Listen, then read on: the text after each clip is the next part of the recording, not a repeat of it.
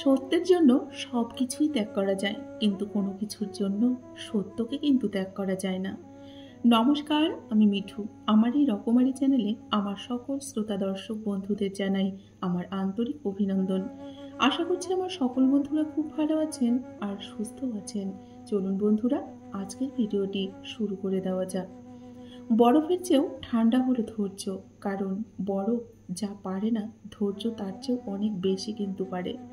পেছনে তাকিও না, শুধু সামনের দিকে তাকাও। অসীম শক্তি, অসীম উদ্যম, অসীম সাহস এবং অসীম ধৈর্য, এরা একাই পারে মহান কোনো কাজ সুসম্পূর্ণ করতে। ভক্তি, যোগ এবং কর্ম, মুক্তির এই তিনটিই কিন্তু পথ। মরিচা যেমন লোহাকে বিনষ্ট করে, তেমনি অতিরিক্ত অহংকার একটা মানুষকে কিন্তু ধ্বংস করে দেয়। কাউকে বেশি টেক কেয়ার করলে একদিন সে ওভারটেক করে কিন্তু তোমার কাছ থেকে চলে যাবে। বিশ্বাস গড়ে ওঠে কিন্তু দিলে দিলে, আর ভেঙে যায় একটা ঢিলেই। সময়ের কাছে সবই ফিকে, তুচ্ছ তুমি আমি। সময় থাকতে মূল্য দিও, ওটা ভীষণ দামি। পথ যতই কঠিন হোক না কেন, সিদ্ধাটা কিন্তু কখনো বিক্রি করবেন না। সব জিনিস নতুন ভালো লাগলেও বন্ধুগুলো কিন্তু পুরনোই বেস্ট। সম্পর্ক বাঁচানোর দায়িত্ব যদি একার হয়, তবে সেই সম্পর্ক না রাখাই কিন্তু অনেক ভালো।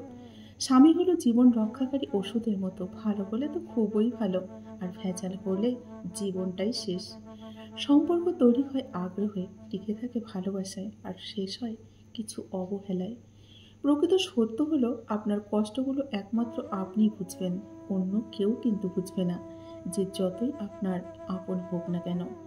যৌথ পরিবার থেকে বিচ্ছিন্ন হয়ে একলা সংসারে হয়তো বিলাসিতা করা যায়, কিন্তু প্রকৃত সুখ কখনোই খুঁজে পাওয়া যায় না। অচেনা মানুষকে মন আর বাচ্চাদের ফোন কখনোই দেবেন না, তাহলে গেম খেলতে খেলতে কিন্তু আপনার জীবনটাই শেষ করে দেবে।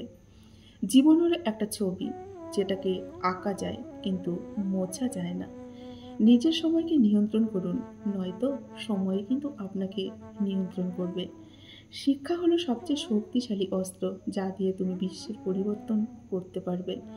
যেসব মানুষ সময়ের প্রয়োজনে পরিবর্তন হয়ে যায়, তাদের কাছ থেকে সর্বদা দূরে থাকা উচিত, কারণ তারা সুসময়ের বন্ধু, দুঃসময়ের কিন্তু নয়।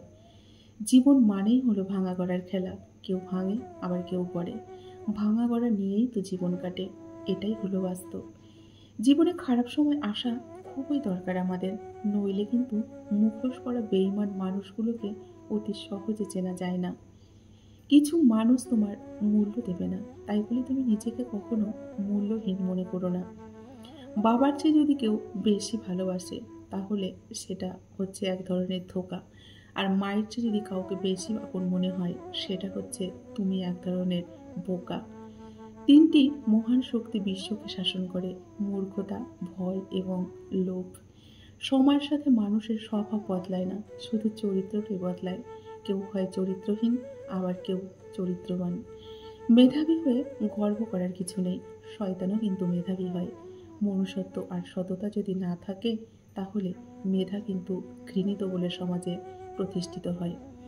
জীবনে সুখী থাকার একটাই মন্ত্র: নিজের উপর বিশ্বাস রাখো, পরের উপর নয়। বৃষ্টি না আসলে যেমন বোঝা যায় না ছাতার বৃষ্টি না আসলে যেমন বোঝা যায় না ছাতার কোথায় ছিদ্র আছে, তেমন খারাপ সময় না আসলে বোঝা যায় না কার মনে কি আছে। তৃষ্ণা পেলে যেমন জলের মূল্য বোঝা যায়, তেমন একা থাকলে আপন জনের মূল্যও বোঝা যায়। বেশি চালাক মানুষের সমস্যা কিন্তু একটাই, তারা মনে করে তারাই সব বোঝে, কিন্তু আপনি যে তার চালাকি বোঝেন সেটা তারা বোঝে না। সময়, কথা আর সুযোগ একবার যদি চলে যায় জীবন থেকে, তা কিন্তু আর ফিরে আসে না। কিছু কিছু সম্পর্ক ভালোবাসার নয়, তারপরেও একে অপরকে হারাতে চায় না। এটাই হচ্ছে পবিত্র সম্পর্ক, আর যার নাম হচ্ছে বন্ধুত্ব বা ভাই।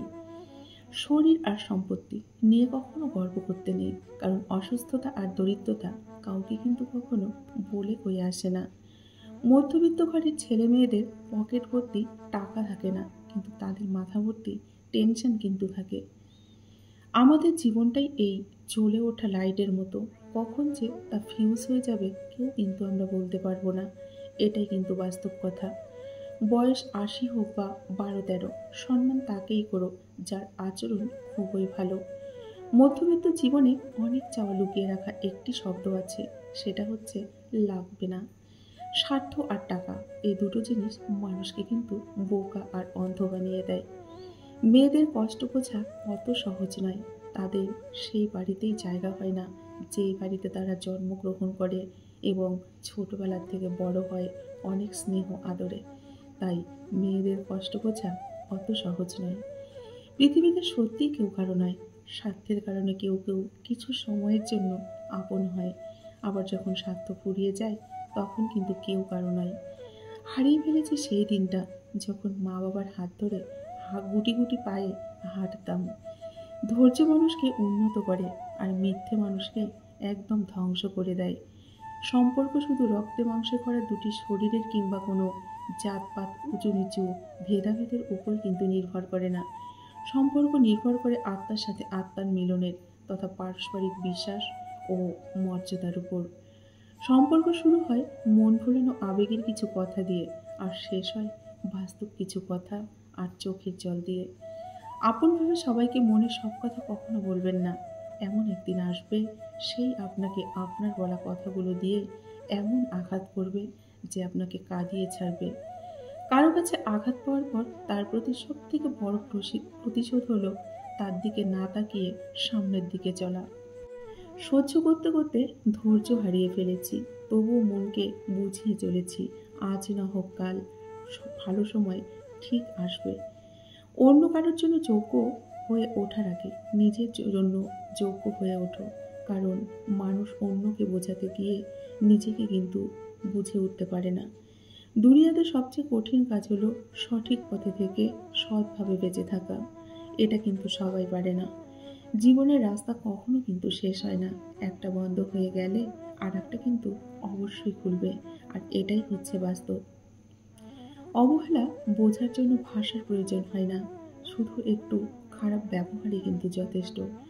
আনন্দকে ভাগ করলে দুটো জিনিস পাওয়া যায়, একটি হচ্ছে জ্ঞান আর অপরটি হচ্ছে প্রেম।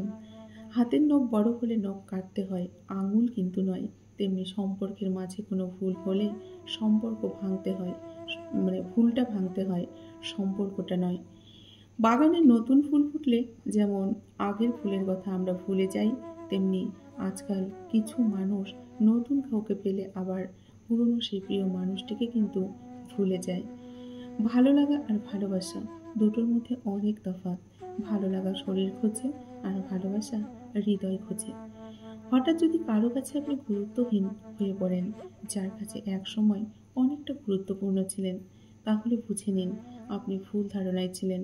আপনি কোনোদিনই তার কাছে গুরুত্বপূর্ণ ছিলেন না। ওটা ছিল সময়ের প্রয়োজনে ভালো লাগা।